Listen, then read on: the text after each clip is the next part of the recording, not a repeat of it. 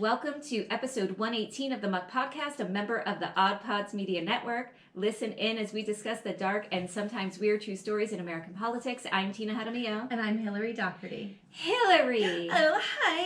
Hello! Hi, baby! Oh my god, I have so many things. So many things. I have to do add... you? No, I'm adding a thing. Okay, so because I feel like sometimes we have the same things. Yes, maybe. yes. First, I want to say, I want to show you something. So I don't know if you follow this Instagram account. It's called The Sweet Feminist. Oh. She's a baker. Right, but on these cakes, she'll do like the messages. abortion. Yeah. And so she sells things, and so I bought some stuff. I want to see if you want any of these. You can have it. I already took one of these stickers, but these are like stickers of her cakes that have sayings on it. So I took the one that said sugar, spice, and repro rights. Yes. on my computer. And so if you want any of those, you can take them. Oh my god! And then I got this tote bag.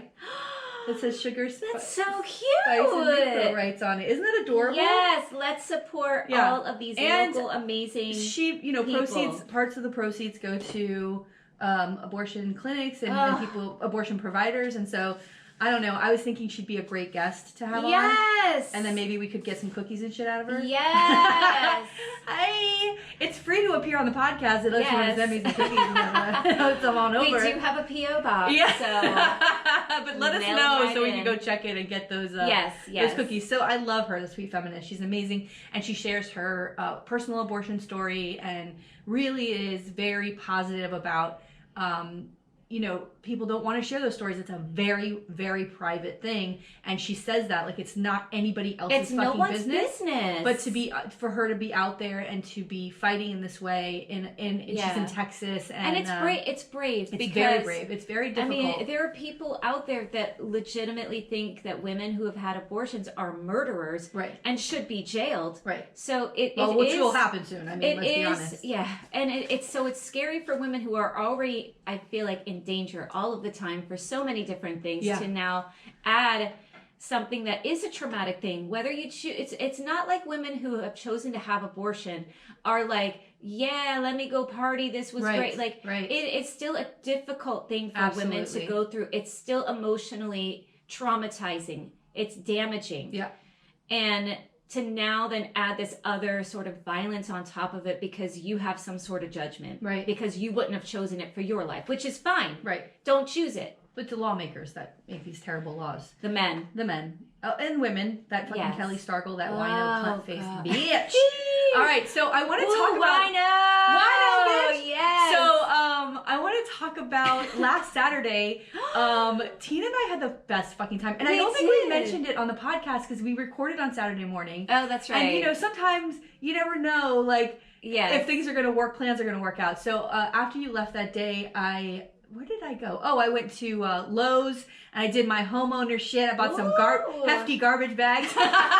Your murder kit. I bought some like clippers, like they could chop a finger off and everything. Nice. And some like new gloves so I could just do a bunch of work because I'm mowing the lawn now, honey. Ooh. She's doing the most. But then I laid out and got my tan on. I now have tan lines. I am so fucking excited about this. And Whitney texted me and she's like, what are you doing? I'm like, bitch, I'm laying out. Come over. And she did. And so we laid out and bullshitted for like hours. And then I picked you up and we went to dinner with my skate buddy Chelsea. Yes, it was so fun. Yeah, we went to Foxy Brown.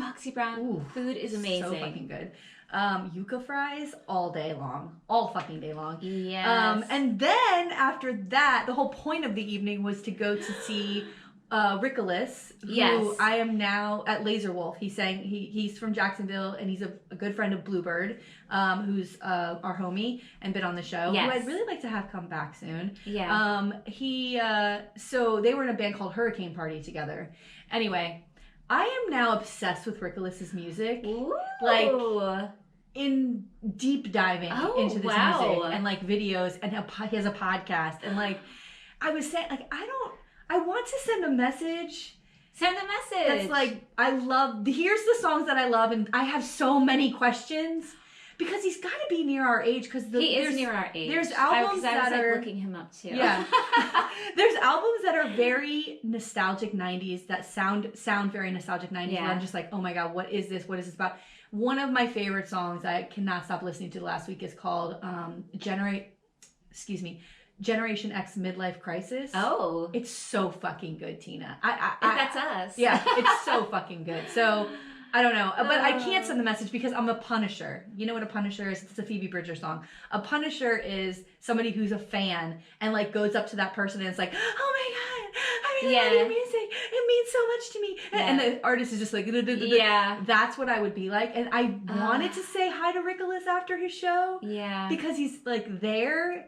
But I cannot be a punisher. Yeah. I cannot do it. And I was nervous. I was a punisher once when I was nervous, and I'm still mortified by it. But luckily, I was able to recover because then I met the artist like a few times after that and was like, it's no big deal, actually. Meeting this person. My only interaction was I was walking out to go have a, sig, and my kids are here, I'm going to whisper. And he walked past me, and we kind of made eye contact, and I said, hello. Hello is what I said. I like that. And I kept walking. I mean, and I was like, and Chelsea's like, I can't believe you didn't shoot your shot. I was like, girl. I was like, no, I just can't. I'm too nervous. So anyway, Bluebird got up and they did. I never heard Bluebird. Yes, that's why I wanted you to go because I knew Bluebird would get up and sing or rap. He would rap. But wow, and he's just. I love everything about him. I love his energy. His wife is incredible. Amazing, but he's like this little. He's like this ball of light. Yeah, he really is. There's such kindness, goodness. Like it just. He's got some sort of life philosophy that is fucking working. Yes. It's working for him because we talked about politics with him and Broward and the skate park. They're going to make a skate park in I believe Dania. Yeah, I might be Dania Hollywood area. Yeah. After a young man who passed away, and he was all about that and talking about it, and I mean it's incredible. So great. And Taylor, I mean she put shirts out this week, and I'm like, God. I wish I could pull off. Yeah. Where she just you could pull it off, but she just is so. She reminds me of this girl I used to know that just. It felt like she just floated through, like that she like that her feet didn't even touch the ground, and she's just very. You know what? You're right. Ethereal, and I love it. I love that. His wife Taylor is like one of those. Just so comfortable. Just not. There's something. There's something where she's above everybody. You know what I mean? But not in a bad way. Yeah. Not in like a snobby way. In a way where it's like you can tell she stands out in the crowd, right? Like she's a star. She's a fucking star. Yeah. She was just featured in Vogue Japan, by the way. Yeah. I mean, she's fucking incredible. I told her, I go, every time you put a drop out, I want to get a shirt.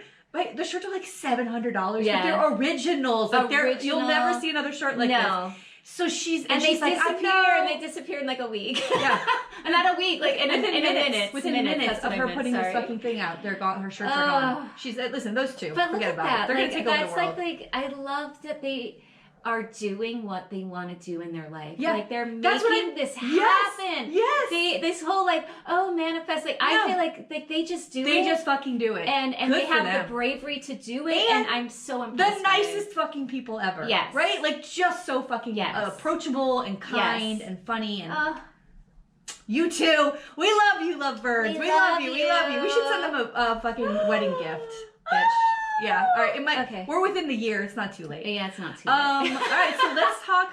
Before we get into government, let me just say one more thing. So tonight we're going to an engagement party for our very, very, very good friend Nancy Mateer, the commish out in Coral Springs. So she sat on the Women's March Broward board with us, and she's just an incredible environmental activist. Incredible. I still remember we were so lucky to have her speak.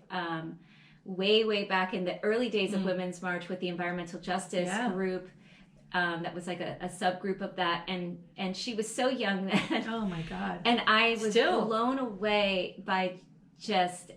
I was like, wow! I wish I could have been like that at her age, incredible environmentalist. She's amazing, and so she's the first. Black woman, Haitian American woman to ever be elected in Coral Springs on the commission. She's incredible, and when she announced this engagement, I was like, I didn't even know she was dating anybody. And this guy's cute. Yes. Woo! Hello. He's very handsome. He's very sweet, and I'm so happy for her. Yeah, me too. Because I know she's balancing she got elected, which she'd worked so hard to do. And she's doing everything she can to like make a difference in the state and in her city, her beloved Coral Springs. She has. I mean, and she I like Coral Springs is her home, and she loves that city. Loves that and city. Goes through shit. We talked about that on your episode. She goes through some shit out there, but loves that city. And so now she's found love, and I can't tell you, couldn't happen to a nicer person. So congratulations to Nancy, and I'm excited to celebrate with her a little bit tonight. Okay, so Don't Say Gay was signed into law. In Florida, and anywhere you are in the world, you know what that is. Give me a Florida's break. all over the map with this. I'm still. So the fallout with Disney is what's now. Oh my God, fucking it's incredible so to stupid. Me. It is, but they, so I didn't know there was this 1965 law that was called the Reedy Creek Government, blah blah blah. I don't really know. I should have looked more into the details, but basically Florida, because we were so happy to have Disney, we're like, y'all can run your own shit. Yeah, just bring that money in, bitch. Right? Like we're like, yes, come tourism, giving them dollar, bing, bing, bing, bing, bing, make it rain, right? Not anymore. So the state of Florida let them have their own little government there. Yes. They have their own fire department. They have their own, right? They have their own fucking shit happening in that area. Now, lawmakers met privately, which was a huge problem. I think it was Representative Roach. Hello, sunshine tweeted. There's sunshine laws. We just had a meeting about repealing this law, and someone was like, that's against the law. Yeah. You can't fucking do that. Like, you fucking sunshine idiots. laws in the Sunshine State, Oh please. my God, you're so dumb. Can we have sunshine laws They're in the so Sunshine fucking State? dumb. So, beyond dumb. Yeah. Beyond. It's so stupid. But anyway, DeSantis, of course, is on board with it because he's like, all these special privileges. He is a petulant, spoiled brat. Yeah. And it's like, you don't do what I want. Well, now you get payback. Like, this is who everyone's like, he'd be a great president. Yeah. No, he wouldn't. This clearly, demonstrates that he is only out for himself. Yeah. And that if you cross him in any way, he's going to retaliate. That's not what a mature adult leader does. Yeah. Well, it's so funny. There's this guy named, I think his name's Barry Diller. He's like a media mogul guy. And they were interviewing him on CNN. And he was like, well, the problem is that Disney hired a new communications person. And this should never have gotten out. Corporations should not have political opinions. And I was like, they already did that. They created that, though. When they donated money to tons of Republicans for decades and decades and decades. Like, fuck you. Fuck you. We know your political opinions. But government passed that corporations could be considered a person. So, you know what I mean? You can't have things both ways. You can't say basically corporations can be people and have a say and donate a ton of money and then say they shouldn't have a political opinion. Yeah. You don't get to do that. Basically, you don't get to do that. When Don't Say Gay came up, they should have never gotten involved. But meanwhile, these are people's lives. Yeah. They have employees that are very upset about this. They have employees. There are guests. There are people that have grown up with Disney. Right? Give me a break. It's a huge media fucking frenzy with Disney, and I am here for every fucking second of it. Let's I'm here see. for every second of it. And when the bottom line is attacked, what's Disney going to do? I can't wait to see what happens. Fuck you. But it's going to be curious then to see then the power then that government can have on big corporations like that. Like, what is this going to now? What precedent are we starting? What precedent are we starting in America now? And also, besides the Reedy Creek government thing, they also benefit from really just very these top corporation benefits that they get. Yeah. And those are the things they also want to take away from Disney. But they also are going to take it away. There's other corporations based here that would lose those benefits. It's not just Disney. But they don't care. Big tech companies' money would be leaving the state and no more. By the way, Disney, no more political donations. This is a huge impact on their campaigns, on their bottom line. Yeah. As political candidates, it's incredible. So I am with the popcorn, like that Michael Jackson with the fucking popcorn and that Thriller. Or gift. That's what I'm fucking here for. I am so excited about it. It's crazy. That's what they do. The Republicans, DeSantis is like Trump. They cut off their nose to spite their face. Right. They just don't give a fuck. But for DeSantis, he doesn't care, right? Because he doesn't think he's going to be here much longer. It doesn't matter to him, right? He doesn't think he's going to be here much longer. He gets to be on the political, presidential, stage, running for presidential office. and gets to say, I went up against Disney. Yeah. I'm not afraid to fight against Disney. Yeah. And everyone's going to be like, oh, he's amazing. He doesn't care about corporations. He doesn't care. Oh my Give me a break. You're so right. He doesn't care about Florida. No. And that's like the idiots of Florida don't realize. Like, he doesn't care about the state. Yeah. This is a little stepping stone. Yeah. He'll push us underwater. Yeah. And destroy us as an entire state. I mean, not good. And then go on his merry way. But the thing that's really funny, too, is that, let's say he does, like, go to run for office. He'll leave us behind. The Republicans who are here, who have done his dirty work. Yeah. And done his dance. He told them dance monkeys, and they fucking did it. They have to deal with the repercussions from this, right? Like, they did these things to please this fucking crazy man. And so now, and they're going to be stuck in office having to answer for all of that bullshit. For all of that. All of it. I know what I say every time, but have you ever seen someone with such a smug face as this guy? Have you seen this Leonard Skinner video? He's someone that I want to punch him. Oh, God. Have you seen Sweet Florida? What are we doing in this state? Get us out! Somebody, if you don't like it, in Michigan, Ohio, leave. Germany, Australia, Canada, please help us, get us out. Yeah, get us out. Tina loves to say, send us a lifeboat. You know how Tina likes to say, please, we need a lifeboat. You know how Tina likes to say that we're going to be climate refugees? Yes. We're fucking Republican refugees. Like, we are fucking refugees from the madness of GOP. DeSantis. Yeah, please. That's what we are. We're GOP refugees. We need help. We need help. Yeah. Send help. I mean, that's really what we are. It's fucking insane. And we are. I don't know. And there are people that love this governor, love this state because of him. And my brain doesn't see it. No, I don't see it. And I still don't see the people like who are still on board with Trump. Yeah. Who think Trump did great things for America. Trump is still colluding with Russia. He still wants to get people to take Biden out. Yeah. So that and then replace him. That is a dictator. Like, go look up the definition in a freaking encyclopedia. Somebody asked me last night. What the hell is going on? Somebody asked me last night. So what is your take on the Will Smith, right? Like, Chris Rock, we have slap. About and that. I was like, I was like, humming. I live in Florida. Yeah. We're fucking dying here, motherfucker. dying. You think I give a fuck who's bitch slapping who at the goddamn Academy Awards in Los Angeles, California? I know. Fuck that bullshit. I am fucking dying here. Our state is fucking gonna be underwater. We're gonna be underwater. Our houses are people can't afford to fucking live. No. There's already been a teacher reported for wearing a shirt that said protect trans kids. Yeah. Already been reported. Yeah. A kid in the class took a fucking picture of this teacher in a middle school or high school and sent it in and is already under investigation. The shit has already started. The bill was signed last motherfucking week. Yes. So don't fucking talk to me about Will Smith. Who gives a fuck? Yeah. Slap everybody. Slap me. Somebody come bitch slap me and wake me the fuck up from this nightmare that I fucking live in. Get us out. Get the fuck out of here with this bullshit. God. Will Smith. Fuck this. You don't even understand. Like, how is that even a fucking discussion? Who gives a fuck? Everybody needs to be slapped. I mean, I think that's the thing too, is that Hollywood it's a distraction. And nobody's talking about Ukraine anymore, by I the know. way. And the thing is, like, actors, actresses, like, you memorize your lines. Yes, you do a great job. They're beautiful. And you're beautiful. Handsome. Good fucking sexy. for you. Hot. Oofa. Hot. God damn it, Brad Pitt, you motherfucker. How does he still look so goddamn motherfucking good? I don't know. I think he's adorable. I fuck him so hard. He would not know his name at the end of that night.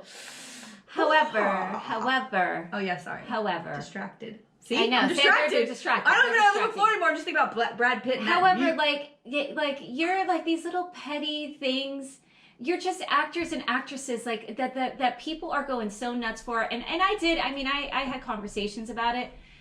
But I mean, here's the thing. I don't even want to get into it. Let's not get into it. I was going to say something about Jada Pinkett Smith and alopecia. Like, is the whole world supposed to know that? I don't know she had alopecia. Like, it was a fucking joke. It was a joke about a haircut. Like, just can we all calm the fuck down? Well, can we calm down? I really see her side. I can see her side. Oh, please. As a woman especially in Hollywood, as a celebrity, where women are already put to like such a higher standard, to lose your hair right? Which for women, like that's of their course. thing. And to already is Chris Rock supposed to know that? Yeah, that's a whole. Is the whole world supposed to know your fucking story? Well, I think she came out and like did a whole thing on. But again, I had no idea. I know. So like, maybe I don't live maybe my Twitter feed looks different because I'm in fucking Florida nightmare. Yeah. That I don't know that Jada. No, I didn't know that. I didn't know that either until after the shit. Get your shit, honey, please. I mean, good for you for coming out and sharing your story so everybody can relate or get. Listen, I'm putting divorce posts up all like from time to time, and I put one up about mowing the lawn, and I'm getting messages from people I haven't seen since high school who are like, you have no idea how much these posts mean to me. Oh my I'm going through the same thing. It's fucking hell, and your words are exactly how I'm feeling, and they mean so much to me. Please keep putting things up because I can't publicly talk about it yet, and like on and on and on. Like message after message. It's incredible. That's it's incredible. Amazing. I'm touched. I'm incredibly touched. That's amazing. And it starts with, I know we've never been close, but. And it's like, it's unbelievable.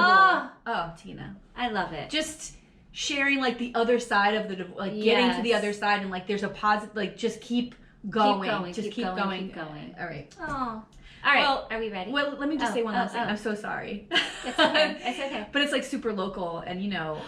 Are you talking about that scene? Yeah. That's what I have on my list. That's what I have on my list. This is so like super insider, like Fort Lauderdale, Broward County. Tiny, and so tiny. I apologize if you don't live here. It's fine, but it does involve Chippemarca. So if you love this podcast and you love how fucked up Hillary especially hates Chippemarca. That little disgusting Vienna sausage finger, no dick God. midget motherfucker. Oh my God. So, I fucking hate him, honey. I would hate fuck Brad Pitt thinking about LaMarca. Oh my God. What I mean? Like, that's how hard I would fuck Brad Pitt. I'd be thinking about how much I hate Chippemarca. That'd be a hell of a ride. A hell of a ride. We might edit that out. I don't know. We'll see. Fuck it. Okay. So, we have a lunatic Republican woman on the Fort Lauderdale Commission named Heather Moritas, okay? Yeah. City of Fort Lauderdale. But, and you really She's never wild, see, crazy, but wild. you never really see much of her. You don't. But when shit goes down, she's like, I'm not voting for this. I'm not voting for protecting gay kids. I'm not voting for an abortion, supporting women with abortion. She's just, and she puts out crazy fucking tweets. She's out of her fucking mind. So, but because she's a Republican, you know, and they're like, not a lot of them here as elected officials in Broward, those specific people, like a Chippemarca, get moved around, right? Yeah. Like they start looking for seats. And so since Ted Deutsch's seat comes up, like we don't know who's running for what, and we heard Chippemarca like rumored, and he put that rumor out again this week. Yeah. Like I haven't made any final decisions yet. He's running. We'll see. Please, so, he's trying to. He said he can't. He's trying to he would tease love it out. to bring his leadership to Congress. There's no leadership. There's no leadership. But that one made me laugh for a good fucking 10 minutes. But when Miss Heather made this announcement, so Heather Moritas puts a thing out. She's resigning in November. And immediately I'm like, okay, she's running for Chip's seat. Chip's running for Ted's seat. Like, that's it. What's that's all the move? That's it. So there's no other way for it to happen. There's three things that could happen. Okay. She could, now, because they could be all, of course, talking. Yes, they're all talking. So, like, she could be resigning to run for Chip's seat. Because Chip's going to now run for the Florida Senate. That's what's happening. That's which is my the Gary prediction. Farmer. I'm going to put money down on it. Yeah, which with the new maps, it would the Gary Farmer, who's our current senator here, Florida senator, if he can't run, or if he doesn't run, which he hasn't announced if he's going to run again either, then Chip could run for the Florida Senate seat and leave his House seat, which would leave it open for Heather to run for that. Right. Like, that could be a thing. Or he could run for the Ted Deutsch seat. Or he could run for the Ted Deutsch seat. Maybe he's already told her that. Like, I'm sure they're talking, and she's going to run for his seat. Right. So we don't know what's, or she could run for the Ted Deutsch seat. Or she could run for the Florida Senate seat. We don't know. Yeah. Now, she said in her resignation letter she wants to focus on her family and, like, education, but that's some fucking jerk off shit. Like, no. I don't think you're that's not just fucking, resigning. No way. There's no fucking way. So no way. That's exciting. Or it's maybe also, like a Broward commissioner seat, but I don't see that. But also it's exciting because now we have a Fort Lauderdale commission seat that's open. That could be somebody fantastic that could run for us. So like we're here for this. Yeah, we need someone amazing, please. The fact that she's resigning, it just triggered this Chip LaMarca like question mark, and he knows it too because he's been questioned by Anthony Mann. He's running. He thinks he's being coy. Yeah. But he's not. Like it's transparent. He is running for something. He's running for something. Wait. I can't wait. Oh God, imagine, just imagine a world where both of them get defeated. slip sliding off this seat, bitch. Ooh, yes, please. Ooh, all right. Please go. We gotta get started. We gotta get too started. many sex jokes up front. I'm like, it's 9 o'clock. It's 9, not even 9 o'clock. Talking about my underpants. Woo! All right. Okay. Tina, go. Oh my God. All right. So today, yes, I'm gonna tell you the story of Marcus Foster. So Marcus Foster made history as the first Black superintendent of Oakland County, California. Okay. But when he's suspected of being a fascist, a radical terrorist group targets him. This story takes place in California during the 70s, and you are going to be very aware of the group involved in this murder. Okay. And at first... A murder? Yes. Whoa. Yes. And at first, there's murder, there's kidnapping. So at first, I really wanted to focus on the group, this radical terrorist group. Mm-hmm. But then I was like, no. I need to focus on this guy because he has been forgotten. Really? He has been forgotten in, not completely forgotten, but he is overshadowed by something else that happened. So I really wanted to make sure that he is the forefront of this story. Okay. So again, this story is a little bit different because it involves a domestic terrorist group.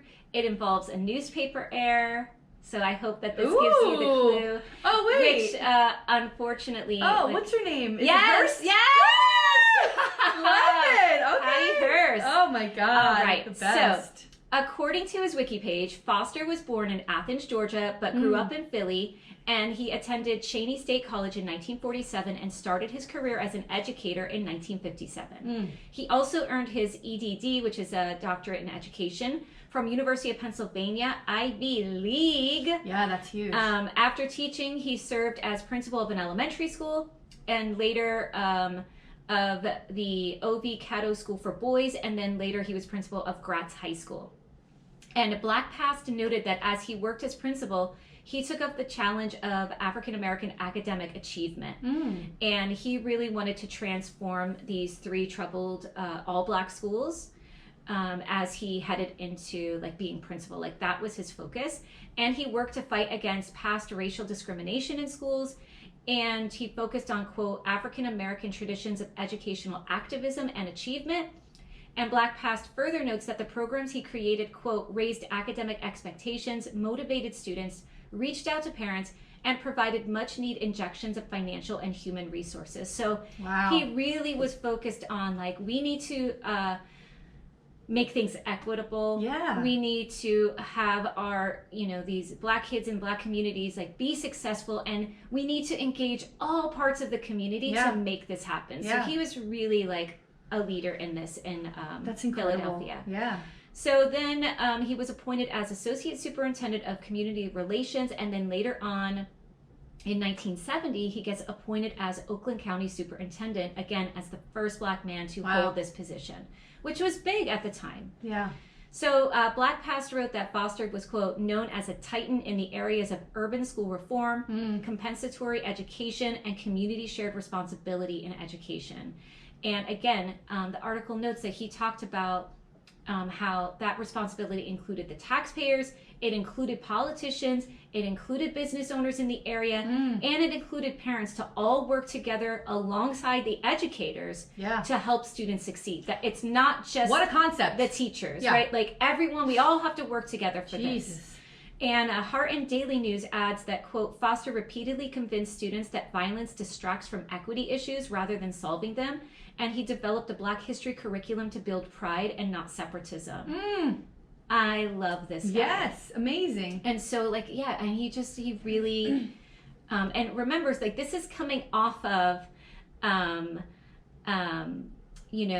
schools that are now being integrated. There's all of these things, and then we have those private schools popping up that want all white kids. So he's in there trying to really work for Black students. So at the time, there was also talk of having more police presence in schools and discussions of creating ID systems to keep drug dealers out of schools. So at the time, this is the 70s, right? Today it's so different. Today, every kid has to have an ID. You cannot walk into school. You cannot be a teacher, anyone in school. You got to have that ID on you, especially with all of the school shootings, right? Yes. So when all of that started happening more and more frequently, like they developed, like everyone's got to have a student ID, and there's SRO officers on campus. Some schools have metal detectors.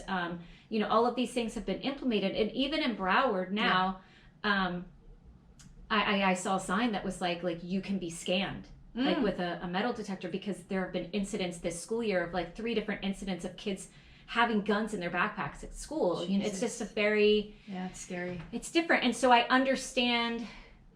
It's complicated because I understand the need for like the protection, but then I also see like the danger of having such a heavy police sort of security presence and that school to prison pipeline. Like there's all of it's very complicated and tenuous, and it's not.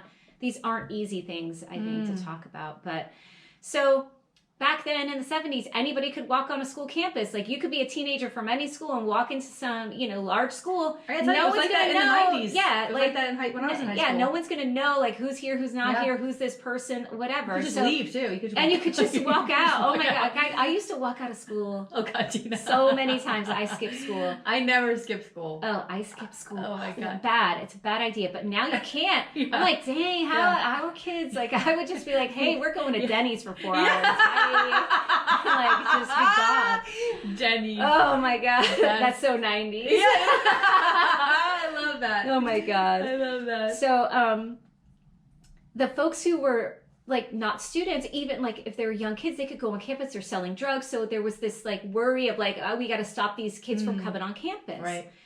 So I'm going to kind of jump into Let's hear the it. Major incident. Oh, so God. On November 6th, 1973, Marcus Foster was leaving a school board meeting, and he was shot 8 times. Oh, Jesus. 8 times with hollow point bullets. What? Yes. And he was with Deputy Superintendent Robert Blackburn, and he was also shot, but he was shot with shotgun pellets. So 2 shooters. 2 shooters. And a few days after the killing, the New York Times reported that the coroner's office released further information that the bullets, because they're hollow point bullets, they were packed with cyanide. What? Yeah. Holy shit! Yeah, they were packed with cyanide. And I was like, what is this even even mean? Professional hit? Professional. So, holy shit, dude. So I was like, well, I need to know what a hollow point bullet is. Like, how is that different from a regular bullet? So just... What? So regular bullet, like, can just, you know, it'll pierce through, put them and go right through. The hollow point explodes, and it's meant to like stay in and grab onto the skin, and it causes more bleeding and damage. And then on top of that, you have the cyanide in there, which I read some reports that said like cyanide tip doesn't really like do that much additional harm. And then I saw some articles that were like, no, it could be damaging if it's in the bloodstream. So right, you know, but he got hit with these hollow point bullets. So holy shit, who the fuck would want? I mean, this guy's doing good things. Can you imagine? So a few days after that, oh God. So it's like all of this is happening. The coroner's report's being released, and then newspapers around the area are receiving letters. What? And they're receiving letters from the Symbionese Liberation Army. Oh my God. Which I will refer to as the SLA from this point out. Dang. And they this is a deep dive, bitch. They claimed responsibility for the shooting. What? Yes. So according to the New York Times, they said in letters to police and newspapers that Foster and Blackburn had been found, quote, guilty of crimes against children and the lives of the people by a, quote, people's court. And the punishment was execution. That's what they said. And not just execution, but execution by cyanide bullets. That's what they put in the letter. So the letters they sent also warned that others would be attacked as well. And the letter had a cover on it with a symbol on the front that was a coiled 7-headed cobra.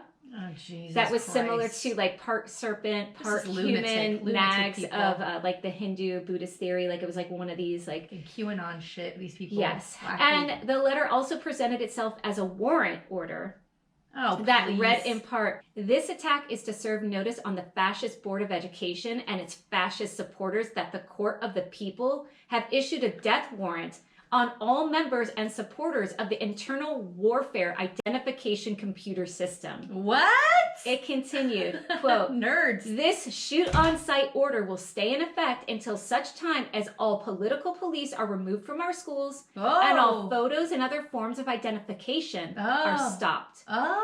So Hart, yes. So because like, why are they so upset about this? Right. But, okay. So Hart and Saley News reported that the SLA wanted to start an insurrection with this. So they like killed. So there's this I know there's this idea of the ID programs being oppressive and also, you know, targeting more black students. Yeah. But this is a black superintendent, right? So they're pissed off about this ID program. But the thing is, Black Past said that Foster was working against those programs. So he was like saw the need for it, right. But he was like kind of pushing for a more watered down version. Like, so they don't really know what this guy's doing. Not. And he's killed for something that he wasn't actively pursuing or involved in. He was killed. This is incredible. Yeah, like so that's like their first act. Like the SLA's first, like this is the first thing that they do.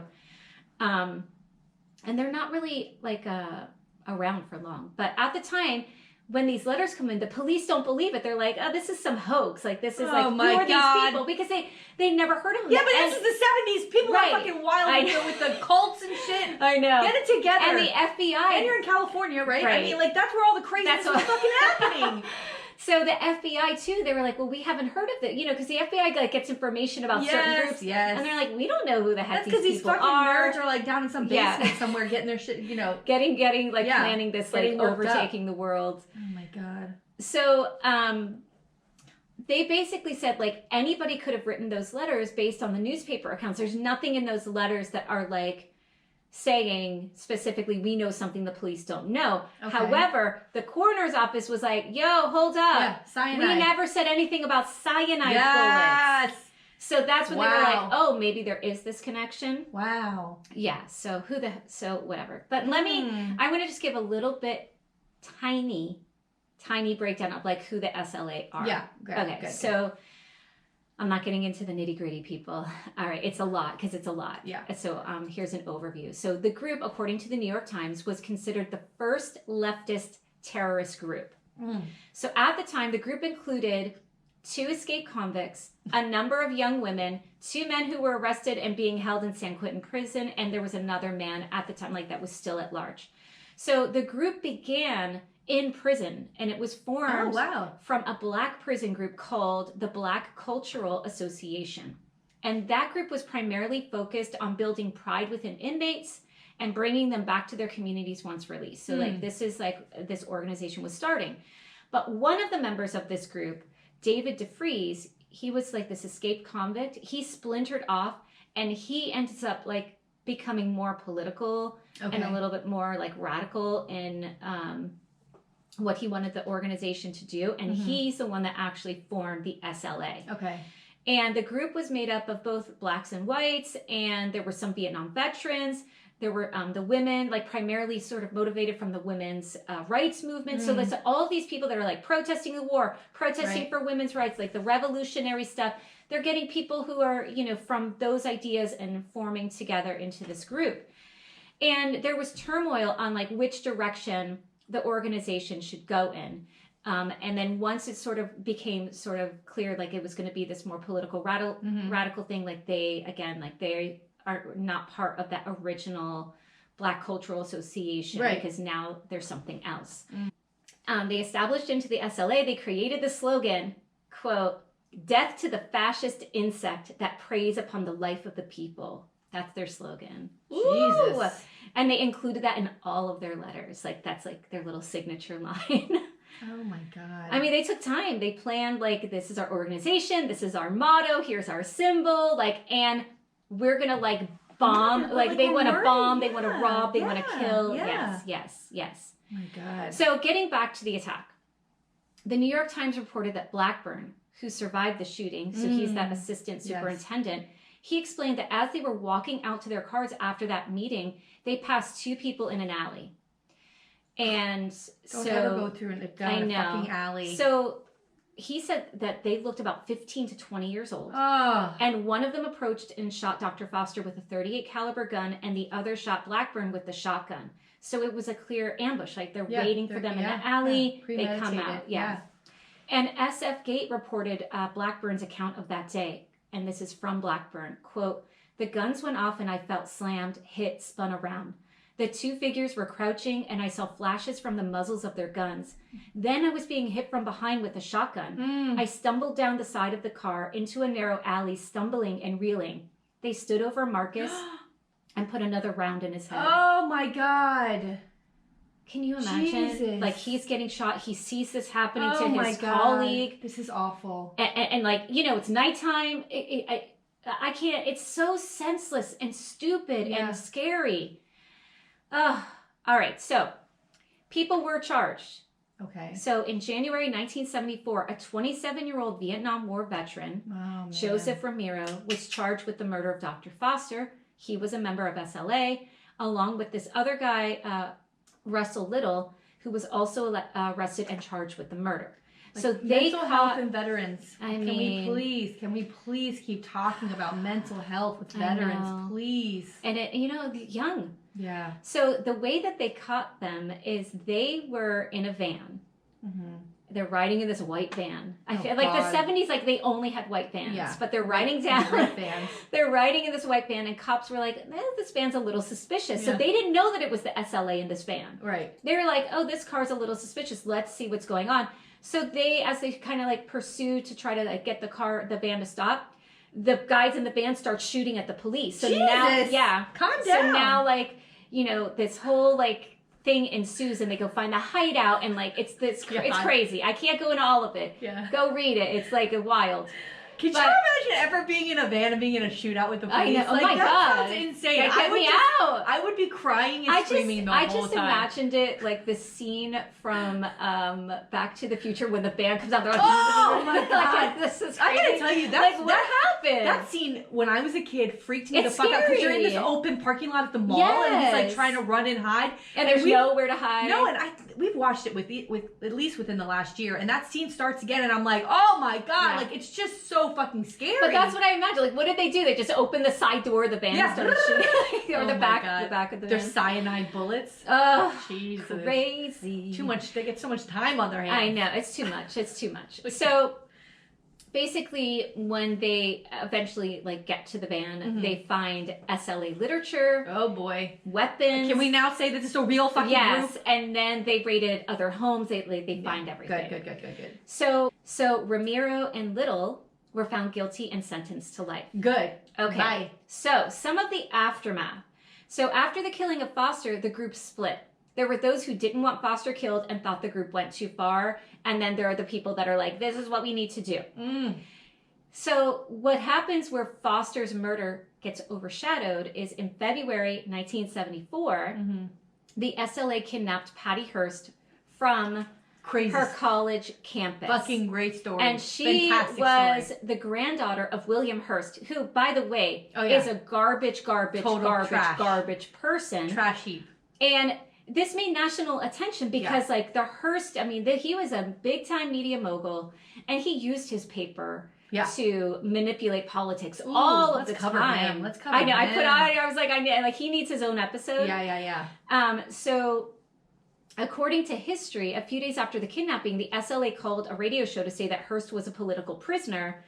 And, so Hearst does do all this stuff to try to get her back. But people were pissed off about it because he was like, okay, I'm going to donate money for like this to offer food for the poor. And they're like, we don't want your money. We don't want your handouts. It was like, because like he wasn't this great guy. Yeah.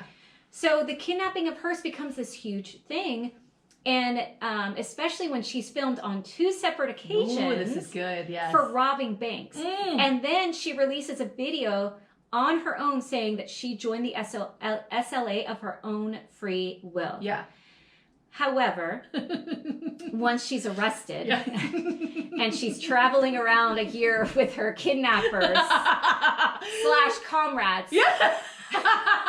She It's such a great story. It's so funny. It's so good. She's like, no, I'm a victim of Stockholm Syndrome. Who, me? And I didn't do this. I didn't. No. Yeah. Oh, she's written books. Oh, girl. It's a thing. It's a real thing. Yeah, so she claims... Stockholm, right? I mean, Stockholm Syndrome, it is a thing. And she claims that this is what she uses in her defense. Yeah. But she's still found guilty. Yeah. So despite that, she's found guilty in 1976, and she's sentenced. Wasn't she wearing, like, in the bank video? She's got like the black beret on, and glasses, and the gun, and she's like this, and I'm like, what's that bitch doing? Oh, that bank. Oh my God. She was like, I'm finally liberated. Yeah. The Liberation Army isn't really about the radical things for me. It's just me be liberated from the crazy family that I'm from. Wow. I get to be now. Yeah. That's what I picture. You know, like she's just she poor little rich girl kind and then of she thing. Folded right back into society after that. Oh my God. Right back to where she left off. Yes, please. Yeah, it's fucked up. Nothing happened. Yeah.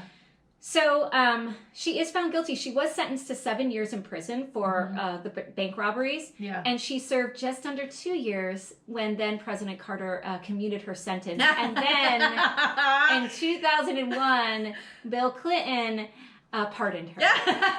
Because we can't have rich people having a record. Democrats or especially white rich women. Yeah, and we don't want that. These Democrat presidents are just as guilty as they're all please. If it was anybody else, she would have sat for 7 years, if not longer. Yeah. So, Blackburn, the assistant superintendent, had this to say. Quote, "In the senseless murder of Marcus Foster, they robbed our nation of arguably the finest urban superintendent we had in that day. Little was made of that because of the public's preoccupation with a vapid 19-year-old girl who knew little about the world and was taken over psychologically by her kidnappers. So I'm still angry with it. I loved Marcus Foster very much. He meant the world to me." Oh, that's so sad. You know, but good for him for calling it out. Like, everyone's like, oh, this girl's kidnapped, which I get, like, because they're a famous family. It's still but like this again, just because a celebrity doesn't mean that you are more important than this other person. And again, he's a black man. She's a little white girl. Yep. Yeah. Sorry. That shit doesn't change. It's such bullshit. I know. So in 1985, Ramiro requested and denied parole for the murder of Dr. Foster. In 1981, Little, who was also convicted, his conviction was overturned. Oh.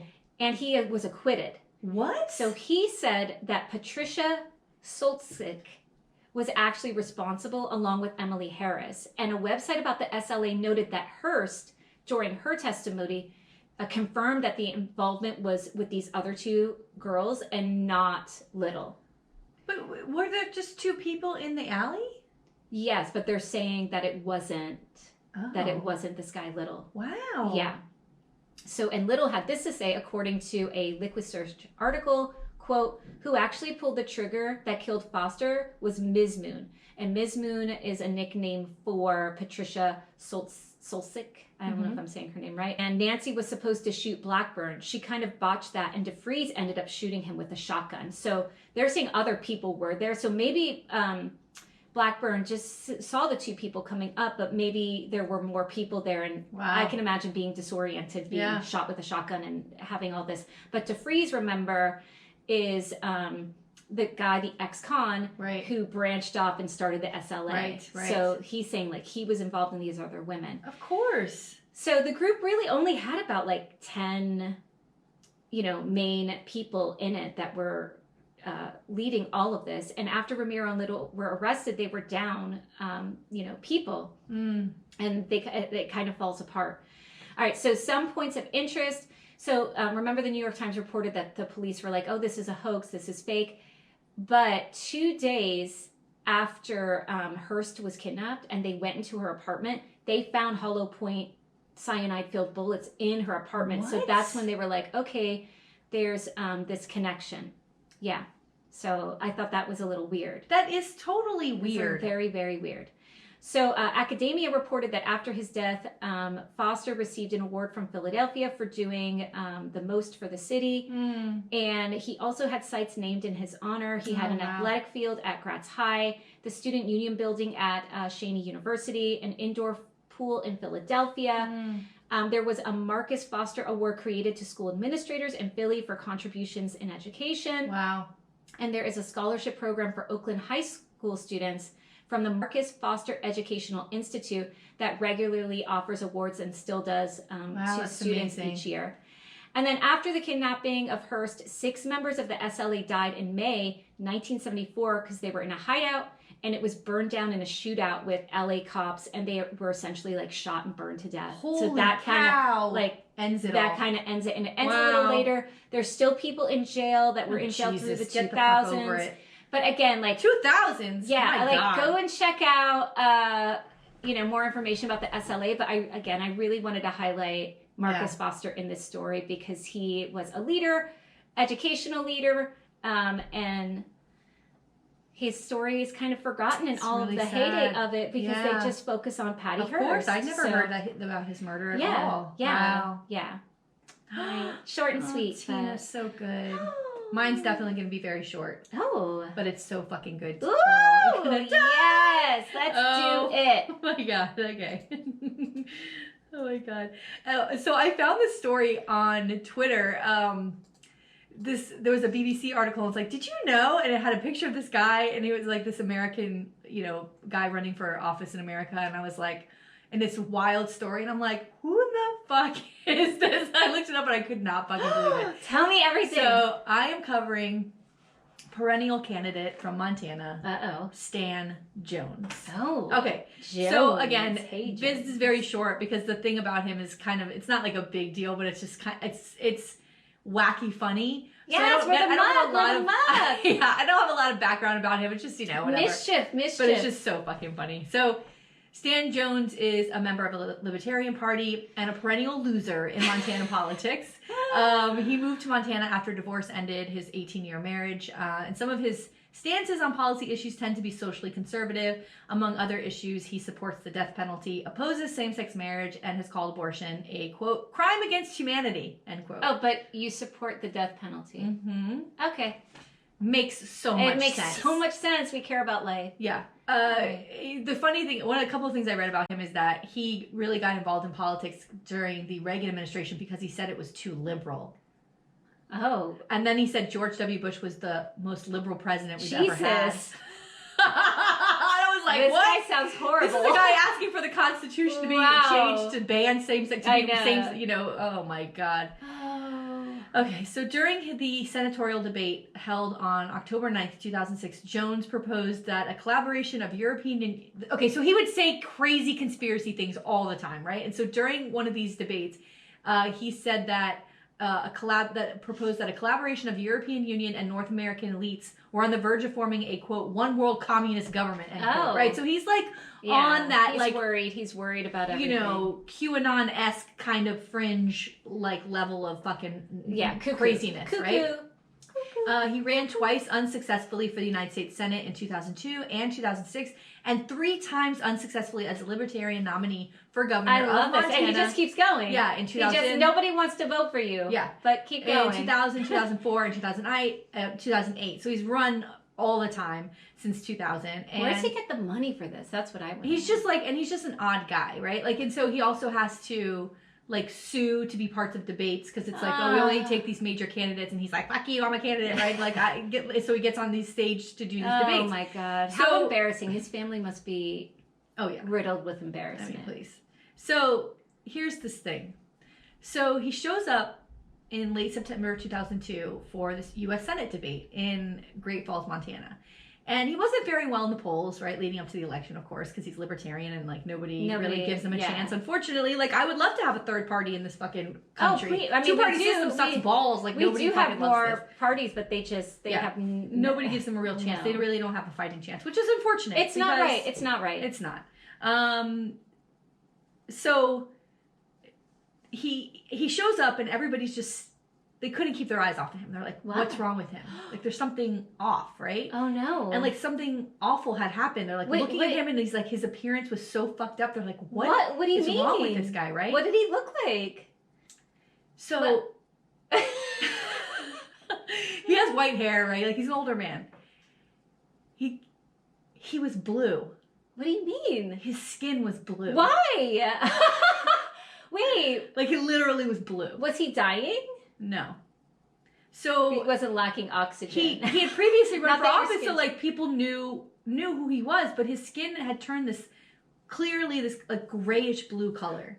And that's so not healthy. In the debate audience reported this reporter Tom Kotinski of the Great Falls Tribune said everyone was wondering aloud about Jones's health. Like, for his part, he said, quote, he wondered if his circulation might be cut off, or feared he might be having a heart attack right there. Like, oh my God. Like, what so was no one happening? can even listen to the debate because they're like, Jones, this guy's going to drop dead. But like, he wasn't suffering from anything. He wasn't dying. He wasn't having anything cut off. Right? What did he do? But it was like visible, like this like something was. So it turns out it was like the after effects of this very serious panic that he had. So here's like what happened. So in the late 1990s, Jones attended one of many preparedness expos that attracted anti-government patriots and others who feared millennial meltdown when the clock struck 2000. Y2K? This is Y2K! Y2K, Tina! What was last time you said Y2K? Oh my God. It's the greatest fucking scam Do you remember everyone freaking out? Yes! Well, we're going to talk about that. I fucking love Y2K so fucking much. Oh my God. But this also reminds me of like COVID and the horse pills, like people get taking all that shit. Like, ivermectin. This reminds me of the same, like that kind of behavior and like anti-government, they're going to poison us shit. Has been happening since the dawn of time. Yes. Like there's always a group of people don't trust the government, don't want to get vaccines, want to take some off-brand fucking quacky shit over here. Horse so that was happening during Y2K, right? So among the sellers at these expos, they were hawking these portable water purifiers, freeze-dried foods, sun ovens, Israeli gas masks. What? Which I had in my house at one point. Jones watched a demonstration on how you can make your own colloidal silver. Colloidal? I think I'm saying that right. Silver. No! So this was touted by some alternative health types as the, quote, universal antibiotic. No! Yeah. So he ingested this? Yes.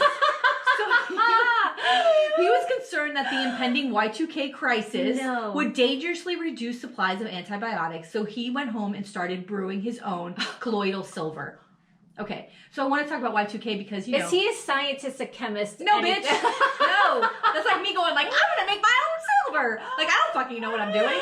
So. Oh my God. And the internet wasn't even as good as it is today. No. So let's talk about Y2K. So Y2K was this, they called it, so it was called, I love all these names. So I please give me a moment to talk about Y2K because it was just my favorite thing ever. So it was called Y2K. It was called the year 2000 problem, also known as the Y2K problem, millennial bug, Y2K bug, Y2K glitch, or Y2K error. And it refers to this potential computer errors related to the formatting and storage of calendar data for dates in and after the year 2000, right? So many programs... Everyone's like, everything's going to crash. Yes. So we're going to lose it all. Yes. So many programs represented this 4-digit years with only the final 2 digits making the year 2000 indistinguishable from 1900. And so computer systems' inability to distinguish dates correctly from had the potential to bring down worldwide infrastructures for industries ranging from banking to air travel. And in the years leading up to the turn of the century, the public gradually became aware of the Y2K scare, and individual companies predicted the global damage caused by the bug would require anything between 400 million and 600 billion to rectify. Give me a break. Like, just change the code. It's so fucking great. So a lack of clarity regarding the potential dangers of the bug led some to stock up on food, water, and arms, purchase backup generators, and withdraw large sums of money in anticipation of a computer-induced apocalypse. Yeah. I was so broke back then that it didn't matter. The banks could go, you have no money. You have no money. Oh, I didn't have money in there to begin with, so it's all good. So contrary to public expectations, few major errors actually occurred in 2000. It's so stupid. Primarily due to the preemptive action of many computer programmers and information technology experts. It's a date. I remember, so the company that I work for, I was actually working for them in 2000. I've worked for them for over 20 years. And so I remember our IT guy who was a friend of my boss coming in and like getting our computers Y2K compatible. And actually when I was doing this, I looked up like Y2K, and I have in Instagram, like, or in our pictures, go look at them, but there's like a CD, like for a disc that you would used to have CDs you'd put into a computer. Yes. And it was like how to get your computer Y2K compatible. It like ran your systems and like fixed them. But I think those were all scams. Like I think it was all fucking scams. So companies and organizations in some countries, but not all, had checked, fixed, and upgraded their computer systems to address this problem. And then U.S. President Bill Clinton, who organized efforts to minimize the damage in the United States, labeled Y2K as, quote, the first challenge of the 21st century successfully met, end quote. And retrospectives on the event typically commend the programmers who worked to avert the anticipated disaster. Good for them. Okay, so great. So it was millennial bug and millennial... Yeah. Millennials need to have a shirt that's just like that represents who they are now. Yeah. Y2K. Like, yeah. Millennial damage. So I wanted to talk a little bit about silver because, medical uses for silver, it's in a lot of the things that we use, but, you're not supposed to use it in great numbers. It's poison. Yeah. So medical uses of silver include its use in wound dressings, creams, and an antibiotic coating on medical devices. And wound dressings contain silver sulfadizin or silver nanomaterials, and it may be used to treat external infections, right? Okay. And then limited evidence available shows that silver coatings on endotracheal breathing tubes may reduce the incidence of ventilator-associated pneumonia. So it's like it's used stops infection. Yeah. Okay. And also used in like when they have urinary tract infections, they use it on the catheters and blah, blah, blah. But silver generally has low toxicity and minimal risk is expected when silver is used in approved medical applications. Right? Approved. So this motherfucker sees this thing at the expo, and he goes home and he starts electrically charging a couple of silver wires in a glass of water. What? And then mixing the particles in a daily dose of drinking water. How the hell did he even know how to do that? I don't know. But you know how... So somehow he would do this, and it would cause like droplets of silver. And he would then drink that. Right? And he started to notice, according to him, these benefits right away. But he's imagining. Yeah, but this isn't like, and he's also not the only person who did this. Like ads for colloidal silver, I know I'm probably pronouncing that wrong, I'm sorry. Colloidal silver became a staple of both preparedness expos and Patriot publications in the late 90s. One of dozens of remedies, including such as like eyebrow raising cancer treatments. And like, I mean, the snake oil salesman will never go away. Yeah. And according to Dr. Stephen Barrett, who dissects colloidal silver myths on his website, www.quackwatch.com. Fucking love it. Can we have him on the podcast? Talk about the crazy. This is like these magazines and these fairs, these patriot things are like rife with quacky things, right? It's dangerous. Yeah, and he said that quacks made especially wild claims for colloidal silver's efficiency. Effective. He said it was, quote, effective against more. They said it was a, quote, effective against more than 650 diseases. And there was like somebody who was like, my dog's alive because I give him silver. What? Like, and they made no mention of like side effects that could happen if you take too much or drink too much silver. But I mean, if they're not scientists, no. They really should not be. But it's like people watching Fox News or today or what's his name? What's his name? That comedian that has the podcast, Joe Rogan. Oh, God. What's that stuff called? Ivermectin. Ivermectin, like that kind of thing. It's the same thing. Yeah. Why is Joe Rogan telling people to take this shit? Even today, and we've talked about this. I don't know if we've talked about it on the podcast, but people who do like these new agey, like, hey, come and I'll do this like meditation with you, and I'll do this, and you'll be cured of your disease. Like, you don't have a right to give people false hope like that. Yeah. I feel like it's so gross. And, you can get into a lot of trouble for doing this. Yes. Like, somebody sues and says this person was advertising this thing. Like, you could get into a lot of trouble. They probably have some really fine print that's like, this is not FDA approved, we are not medical. They cover their asses on that. So its main side effect is called Argyria. And it's a condition that permanently turns your skin this bluish-gray color. Permanently? It never goes back. It doesn't go away. No! And this has been widely known in medical circles since the early 20th century. No! Right? Like, doctors, they know that this is a thing. So most doctors stop prescribing. He's still blue. Bitch, yes! Well, there's somebody who's worse. I should put the picture in our notes because there's another guy. When you look this up, there's a guy who's like famous for like, he's literally like, this guy's like a tinge blue. Like blue, like a, what's that movie? Avatar blue? Yeah, there's a guy who literally looks so fucking blue. But this guy's got like a tinge blue. What was that song? I'm blue, ba ba bee ba ba ba. Oh, girl, that's now you're going back. Don't age yourself like that, Tina. I know. Well, listen, we're in a 90s episode. We're in a 90s episode. Hi. 90s, the best. I actually wrote down that's so 90s as maybe a title. So most doctors stopped prescribing silver-containing health products in the 1920s after silver nose drops caused an outbreak of cadaverous skin. So like that color, right? And Jones's outbreak became obvious in 2001, but he had been taking it since 99. Right? So it was slowly doing this. And he said, quote, I'm looking at myself in the mirror, shaving every morning, and you don't notice something gradual. But then people start asking you, hey, are you feeling okay? And you look kind of, they said you look kind of pale. And you start to realize something's wrong. My Paul Newman face was no longer so attractive. Oh, no. Did he have a Paul Newman face? Please. Okay. Bitch, Paul Newman? Paul Newman is like, that's high caliber. I would also fuck him very hard. Young Paul Newman? Wow. Bitch. Dang. Fuck.